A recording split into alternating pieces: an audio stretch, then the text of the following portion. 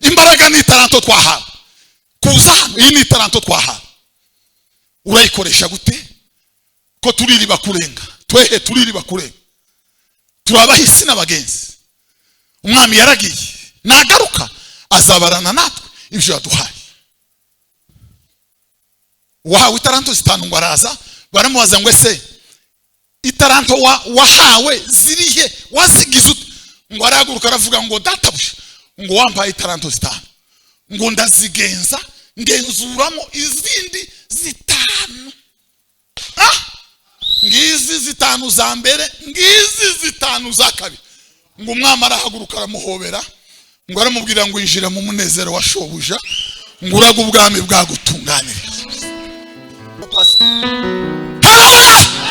Abana kuba abapasiteri bavandi, sibyo twigira, sibyo baduha, sibyo dusengerwaho, nibyo duhabwa n'umwuka w'Imana, nibyo duhabwa n'umwuka w'Imana. Asifiwe. Ubuzima bw'umuntu niki?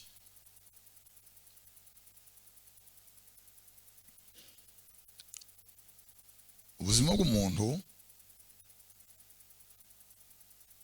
ni amayobera, ni amayobera, ni amayobera. Iyi si siho twaremewe kuba. Igituma mubona byatwangiye tugasa n'abafashigiye mu ntambara, umwanya munini ukaba umubabaro, umwanya munini turama hano ku isi. Usubiyemo neza ibyawuranze ni umubabaro.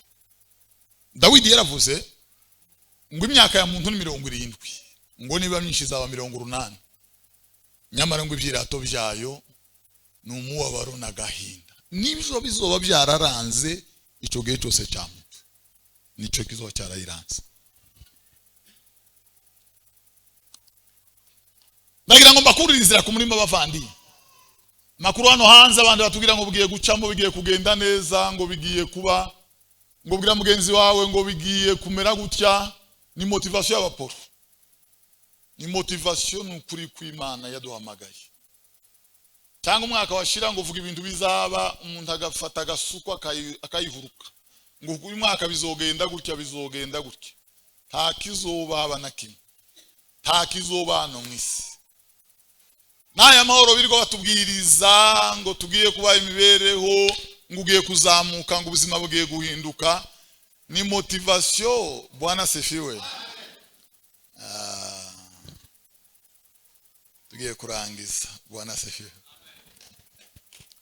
Ni motivation zini wacu.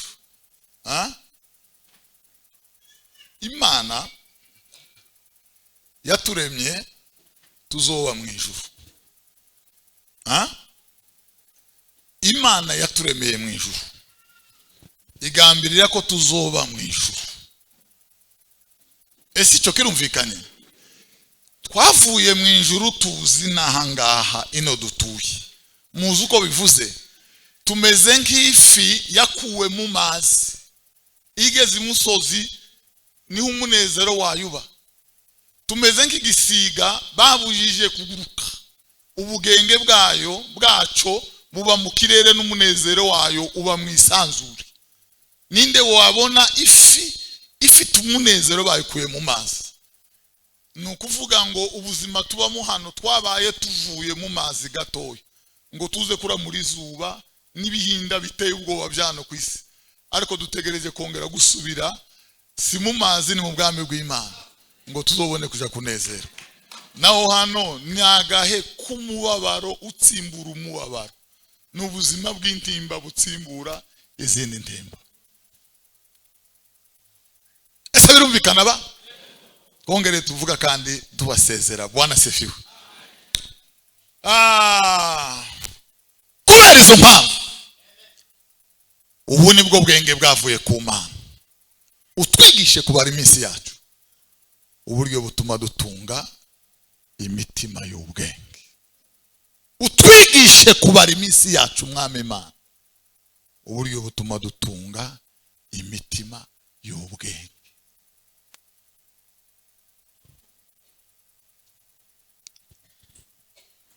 nange kuba urugero rutoya ariko rudahuye ariko murarutahana wenda aho bihuriye ndarwitangaho ariko sico nahagurukanye.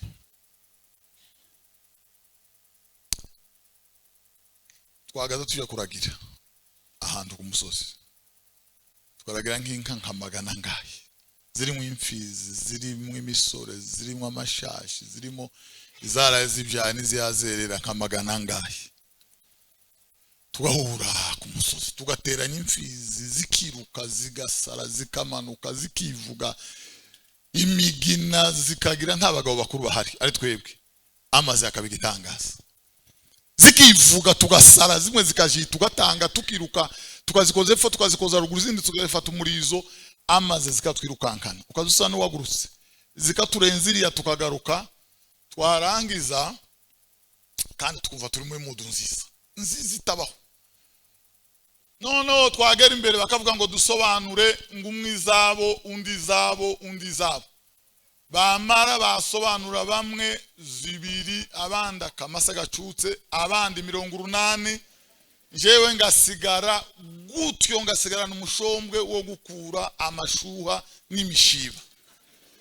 Nukuvuga ngo bya bindi twarimo yari mudu ariko kuri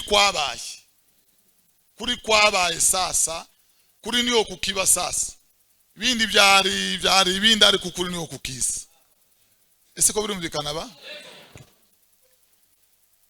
Tumuruzi aha twaduhurira sente yavuze uku ni cya gititi cya 800 na 900 ni ya mudu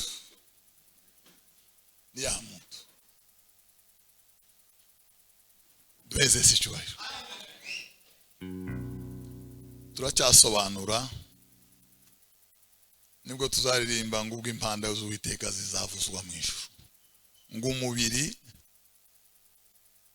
ngo bibwa ari uw'igisuzuguriro, ngo ukazazuka ari uw'icyubahiro. Umubiri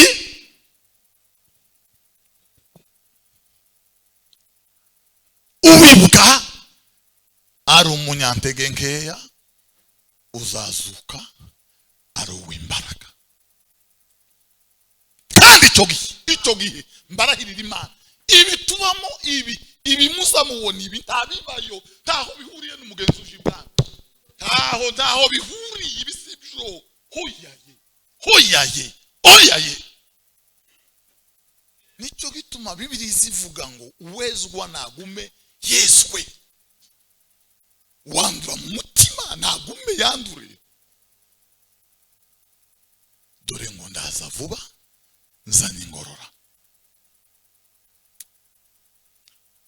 Dawidi yaragira ubwenge butabaho mwumve ngo yaragira ubwenge, ntiyarangije primaire, ntiyarangije secondaire, ntiyarangije kaminuza, nta formation yakoze, yarazururimi rwase na nyina no kuragira.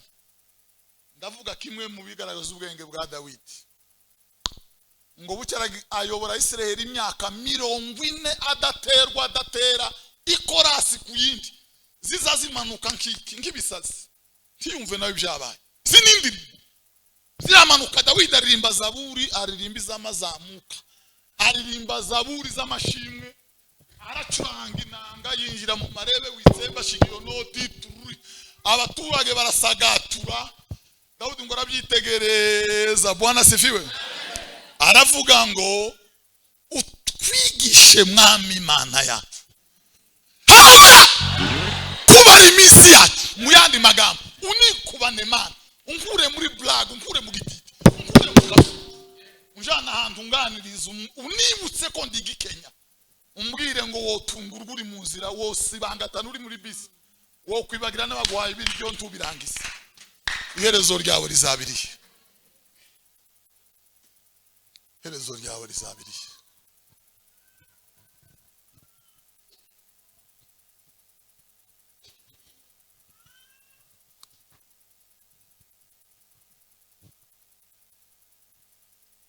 Ubuzima ni intizo kabisa, ni intizo. Nagahe gatoya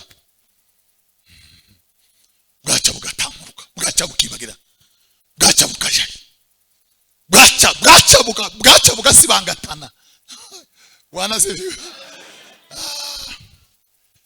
Muruzi izi ntambara tugirizi zo gupfa nta kanisa turwanira uburevera ni kashi. Ariko ubu Kristo gondi burimo. Tibo Rwanda tworwanira umuyaga nawo. Tworwanira izuba ninde ritazarigeraho. Ibyo turwanira ni ibindi twitwa kanisa ariko si kanisa. Ariko witonze neza ukumva. Niki kwa nini kuzisumbukia taabu za bure? Bavandi kwa nini kusumbukia ibiri tankakanya gato ibyibagirana kuburabyo? Nibiki dufa turafusa busa na mayeri ya satani kugira ngo turangaze dutakaze icyo turiko. Bibiri iravuga ngo komeza icyo wahawe hatagiruza akakwaka ikamba ryawe. Bwana sifiwe. Bibiri iravuga ngo yumva ijwi rivugira kuri ya ntebe ngo ijwi rirumungana rirarangira ngo ryari rivuze gute ngo bari bavuze ngo uhereye none ngo ahirwa bapfa bapfira mu mwana. Mwuka aravuga ngo mbarayirira ukuri kw'Imana. Nubwo bazibuka Mandela ntibizamwinjiza mu ijuru. Nubwo bazibuka bakawunda Nyerere ntaho bihuriye n'ijuru. Ijuru ni iryana. Ijuru ni babandi batinyaga icyaha ngufu. Ni babandi bakijwe amazina y'abakandikwa mu gitabo cy'ubugingo. Bega amazina ya yo.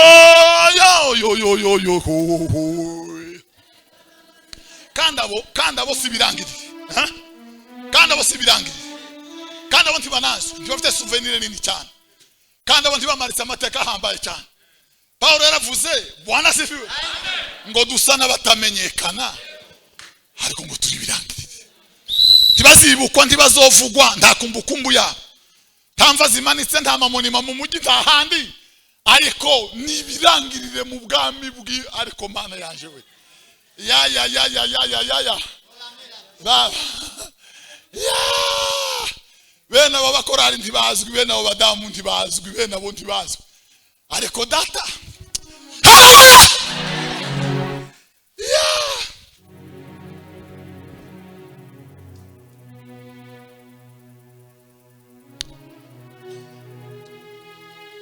ubuzima bugereranywa n'itaranto.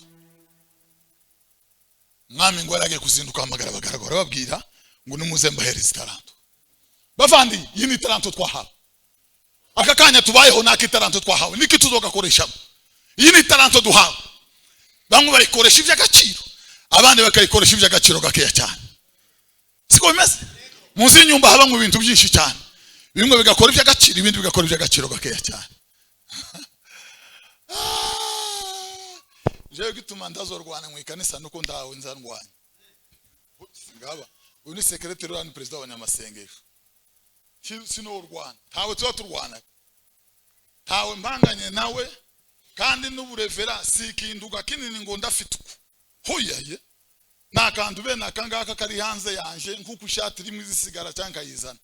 Nta kintu birambaye ngo. Kuko icyo mfite nico nakuyinya bihanga. Ubwo nabonaga Yesu abambwe. Cyo ndibo kivangaho na ibindi nibashaka bazojane kumanywa nibashaka bazojane saa 6 saa 8 twararangiye nta bindi tibibaho. Nta bindi birimo turapfika indu ari wagikomeye gituma tuba tubipfa nuko tuba twabikundiriye cyane tuba tubihisha ngo tubabona statistique kandi suko ivuga ngo tubasoma mu ikashe ngo birimo ngo duhereze turebe bagende barebe ndakinduka ngo siko meze. None se borwanira icyo bahaye none dutegereje umwami ko azagaruka.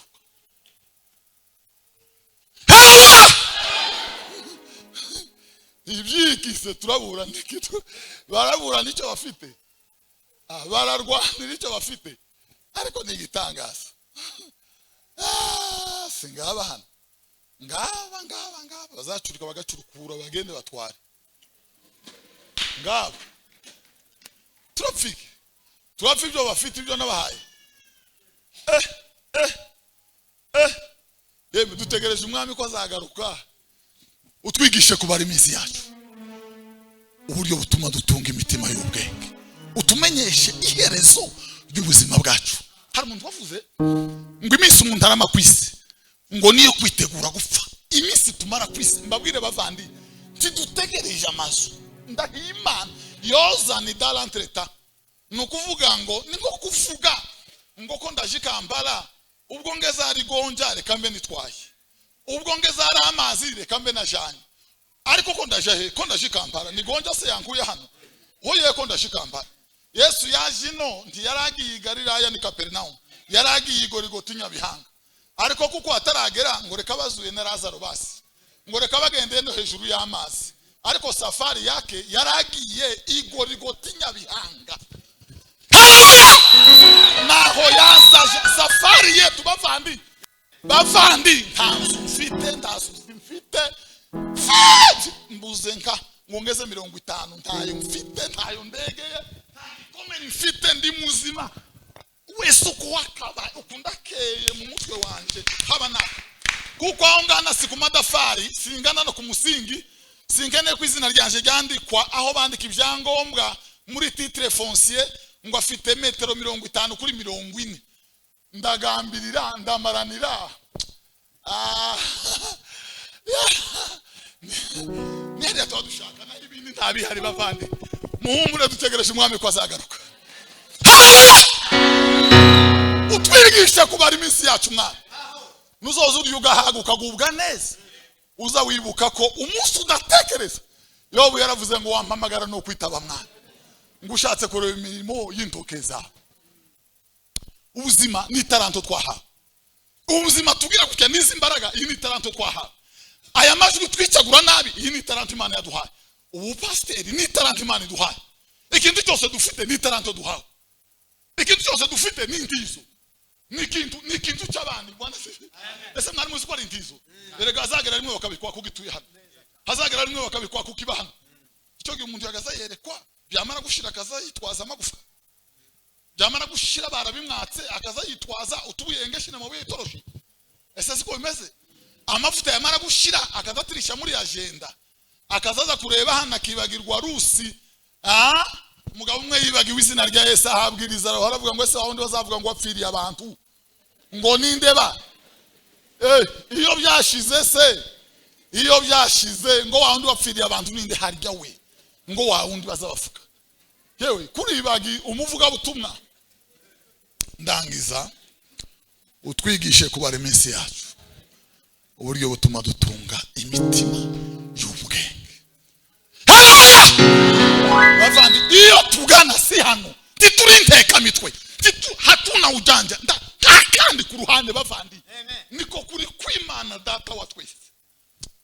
Umuntu muzumwira ngo ahantu uzogenda ndegeye ko bamperekeza, Imana izonsezerera ikure mu Afrika ngo bamwerekeze kanga hantu nkeneye kugira ngo bamenye zonsezerera kabisa. Nta mugambi mfite amahoro mu mutima, ntegereje umwami ko azogaruka, kuko Imana izimenye ibikundi bari mutima n'ibyo tutavuze.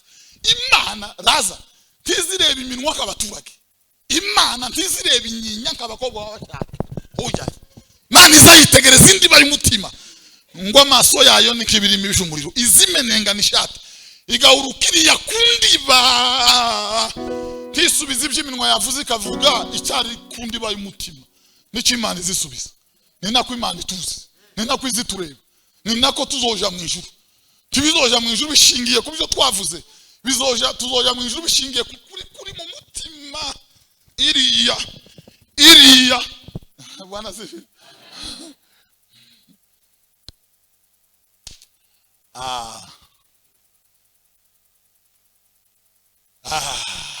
Bwana sifi. Paulo ari muri gereza ngo yumva ko iriya byagisigaye bikomera cyane, ashaka kuganiriza Timoteyo umwana mutoya ngo amusafite imyaka 18 amusigiri paruwase igoye we.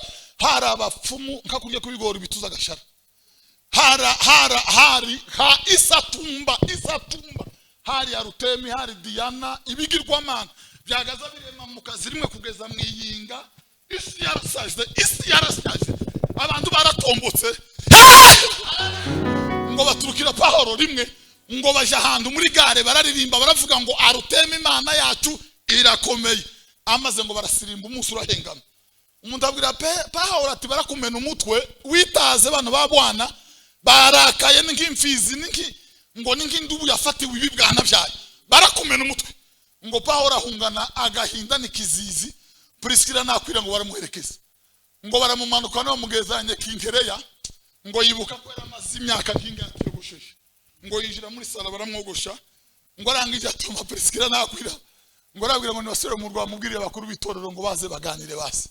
Ngo baragenda barababwira baraza bamusanga Imireto mu gitaramo cyabaye nijoro. Ngo atangira kubaganiriza umusekuru atambika.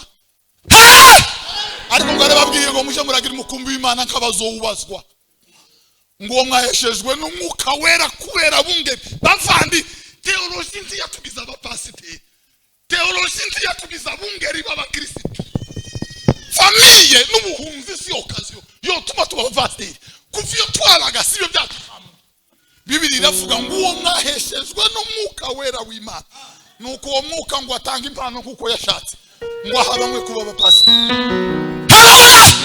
Ahabamwe kuba abapasiteri bavandi sivyo twigira sivyo baduha sivyo dusengerwaho nivyo duhabwa n'umwuka w'Imana. Nivyo duhabwa n'umwuka w'Imana.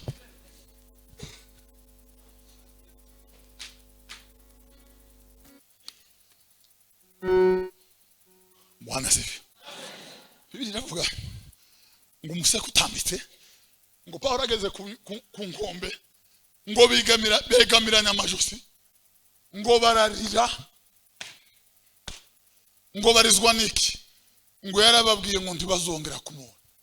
Bote Pawulo ngo umwuka arampambiriza umwuka w'Imana yambwiye ngo ingoyi n'imibabaro biragutegereje aho uzonyura hose. Ngo arangize yamahagarara igifizi cy'Imana nyarukupi y'Imana traktera y'Imana ubukombe bw'Imana.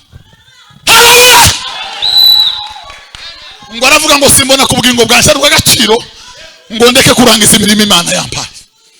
Simbona ku bugingo bwanjye rw'agaciro ngo ndeke kurangiza umurimo Imana yampaye. Nta munsi uramuje Imana muhereza umugisha. Umwuka arambwiye ugiye cyose nzohaguruka kuvuga ijambo ry'Imana ngo ndaho uzorisakuriza. Niko ambwiye ngo ndaho uzosakuza nta mubanda uzigira icyo yishaka nta munebwe uzikunguza nta mupfumu uziririsha bazumirwa. Arambwiye ngo utuze nta uzokuvangira uhagaze.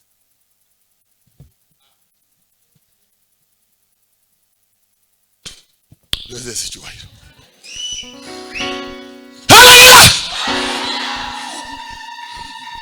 Wala sifiwe. Tuzoja mu ijuru wa. Je wewe ndugu unaitumia je talanta yako uliopewa na Mungu ntuyibuka iyo ndirimbo. Ubuzima ni talanta twahawe. Amahirwe dufite ni talanta twahawe. Inka dufite ni talanta twahawe. Faranga dufite ni talanta twahawe. Imbaraga ni talanta twahawe. Kuza iyi ni talanta twahawe. Urayikoresha gute? Ko tuririba kurenga twehe tuririba kurenga turabahisi n'abagenzi. Umwami yaragiye nagaruka azabarana natwe ibyo yaduhaye. Wahawe itaranto zitanu ngo araza baramubaza ngo ese itaranto wahawe zirihe wazigize ngo arahaguruka aravuga ngo databuja ngo wambaye itaranto zitanu ngo ndazigenza ngenzuramo izindi zitanu. Ngizi zitanu za mbere ngizi zitanu za kabiri. Ngo umwami arahaguruka aramuhobera ngo aramubwira ngo injira mu munezero wa shobuja ngo uraga ubwami bwagutunganira. Injira mu munezero wa shobuja uraga ubwami bwagutunganirijwe. Bavandi itaranto wahawe uzikoresha iki? Iyaba Bwana sifi. Ngo bahamagara wa kabiri ngo baramubwira ngo ese wabigenje gute? Ubuzima wari ufite n'imbaraga wari ufite n'ijwi wari ufite n'amaboko wari ufite n'ibyo wari utunze wabigenze gute? Ngo aramubwira ngo data wampaye zibiri ngo nazigenzuye mu izindi zingahe none ngo akira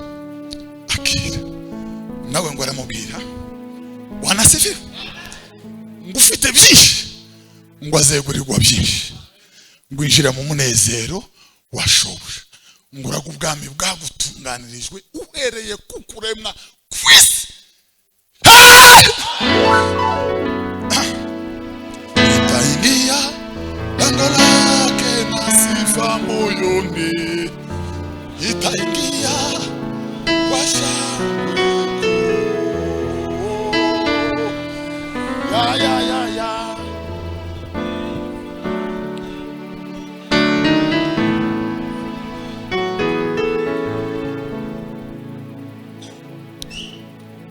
Nange kuvuga indi nama yabaye ariko ndayiretse kabisa, warazi. Ya.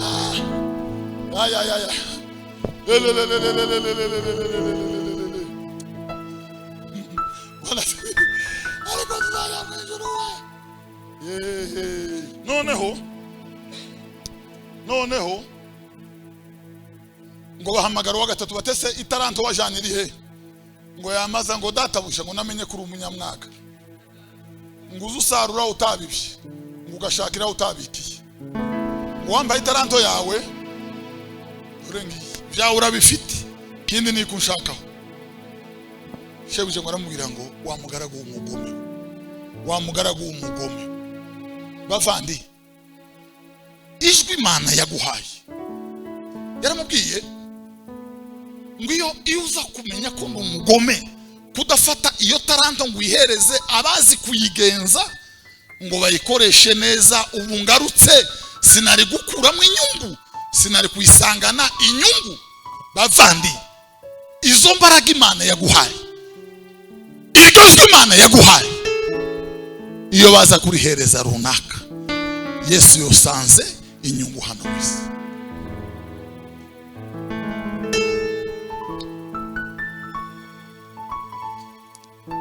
Aya magara meza dufite, ubuzima butagira indwara, iyo abari naka wabuhawe, Yesu yosanze hari icyabaye hano mwisi, hari cyo Yesu yosanze hano mwisi. Dufite igihe gitoya n'intizo, turabaisi, turabagenzi, turashibwami kuma. Wengi watu walikuwa matajiri na wenye sura nzuri, sasa ni marehemu. Muri isi tugenda, inyuma yacu bavandi turi mu nyanja, inyuma yacu hari ingona, hari ingwe, hari ibintu birara bigira gutya, nugukwepa, nukunusurika, buri gihe nuguhakwa. Nakanya gatoya, sinzi, nakanya gato. Ariko muri byose Bwana sifiwe, nuguhagarara mu mutima. Hari abakorari bazabirwa baririmba, Bwana Yesu yuko juu, twamungoja rode, Bwana Yesu yuko juu, twamungoja rode, twende sote nyumbani mwa Baba. Haleluya! Bwana sifiwe. Ya. Kota. Isi yacu bavandi, isi yacu iri nyuma y'ibicu, tuzabona indwara no gupfa. Niko mujogo yasize aririmbye umunsi yenda gucikana, ngo baramubwiye ngo nihana, aravuga ngo ntacyaha afite, ngo icyazi gusa ngo mbinguni ni inchi yangu. Aravuga ngo ijuru n'igihugu cyanje, ngo arangiza ahita arimba yandira ivuga ngo naho isi yacu iri nyuma y'ibicu, ngo ntituzabona indwara no gupfa, ngo nta marira abeho, nta n'imiruho iba, ngo ibyishimo byaho ngo ni Yesu mukiza. Ngo arangiza arasinzira, aje ubwami ku Mana. Haleluya! Tituri hano mwisi ngo dukore imihanda, tituri hano ngo dusiga amatorero y'ibihumbi 8 ngo 9, ngo itorero rinini cyane bazaruha ngo musengere, ngo dusengera kwa gatutu. Muraba Kristo bahe ngo kwa rasa, muraba hehe ngo kwa gatutu yarabapfi, kubera ko ari yo minsi ya nyuma ya nimugoroba. Itorero rya Kristo ryarashize, hasigaye byanaka n'abana.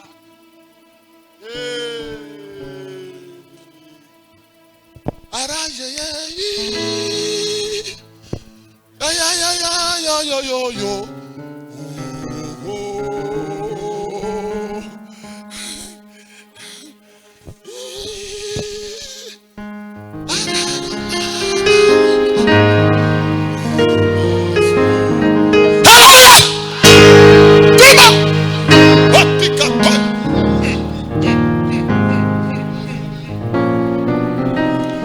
Kandi kumfite abana boshaka kunute agira nk'umusazi imbere y'abakwe. Araje Yesu, araje Imana bemaso.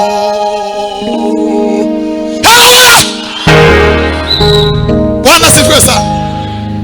Ngomwe navuze muri wabasepake bamwe bazapinga Kadesi. Aravuga ngo ijoro rimwe ni muri babarevera ngo yabonye muzuzi ngo ahagaze mu isi, ngo yari yambaye imyenda yera, ngo ateze amaboko, ngo aramuhamagara ngo muzamupinga Kadeza, ngo tayari mimi nimefika mbinguni, ngo kera nageze ibwami ku Mana. Bavandi utwigishe kubara iminsi yacu uburyo butuma dutunga imitima y'ubwenge. Utwigishe kubara iminsi yacu tumenye ko turi bikenya. Bavandi niba hari ikintu kigira ikinyoma kuri iyi si, umubiri ni uwa mbere, niwe wa kabiri, niwe wa gatatu. Uzamukubesha ngo urakomeye, turwaye, ubugingo ni iki bavandi? Ubugingo ni iki? Ubugingo ni iki? Muri ibyo yaravuze ngo busani biba nisarura, ngo ababibira mu mibiri yabo ngo bazasarura mu kubora, ariko ababibira mu mwuka wera ngo bazasarura ubugingo buhoraho muri Kristo Yesu.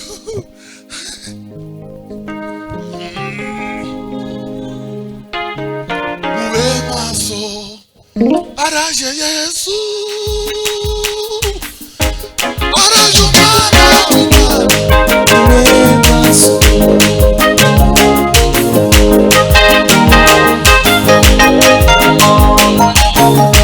araje Umwana w'Imana. Ariko nanga afishe Mana, kuvuga ngo banafishe, ariko ndakwanga afishe Mana, nigende afishe, mariko afishe.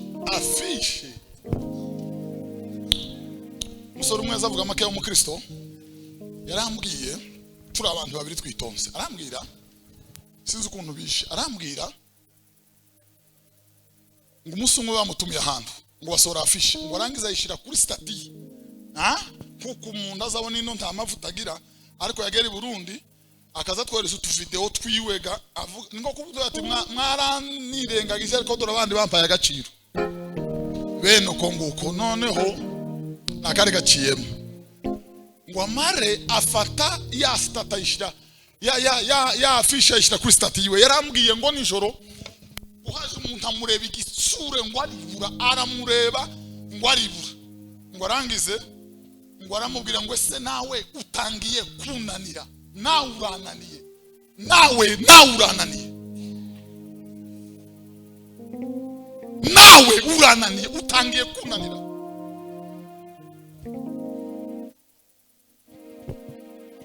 Mugabo yarwaye kanseri, yarwaye stroke, araremba, arakonyangwa, ngo atakibasha guhaguruka. Aravuga ngo icyo muha ngo abakunda bose n'inshuti ze ngo barware stroke, ngo kuko kuva yayirwara ngo yamenye Yesu bundi bushya atigeze amenya, cyagiye cyo guterana inkanisha ngo ntigeze amenya Yesu nguko yamenye.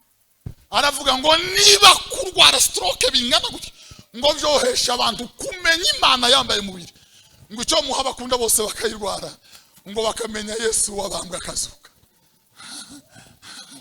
Toma abantu bagayishurirwa Yesu bavandi. Uyu Yesu wo mu Gisirimba ntawe tuzotahana, uyu Yesu wo mu Gititi ntawe tuzotahana, uyu Yesu w'ikivange ntawe tuzotahana, uyu Yesu ntazogira gute.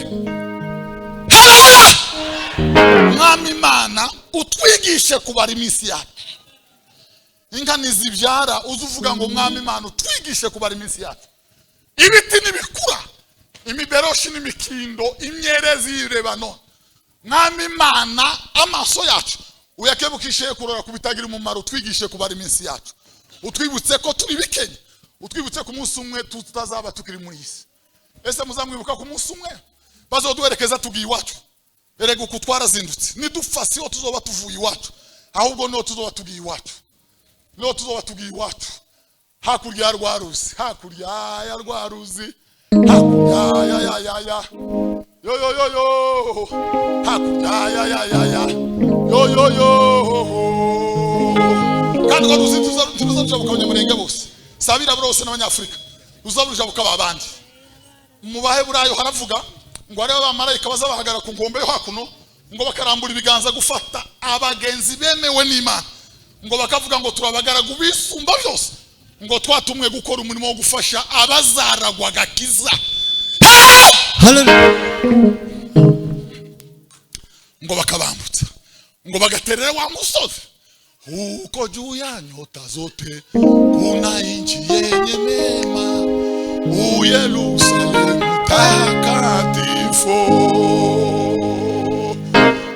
Ya we muyako kaya bwana sifi haba mplaga haba muntarwenya rwamo nta bindi nta nibindi ibyo se tuba mu byino cyo kugira gutya ngo bagize gutya.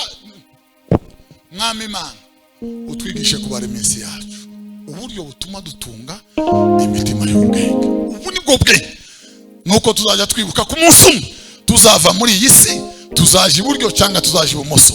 Imana dufashe, amen.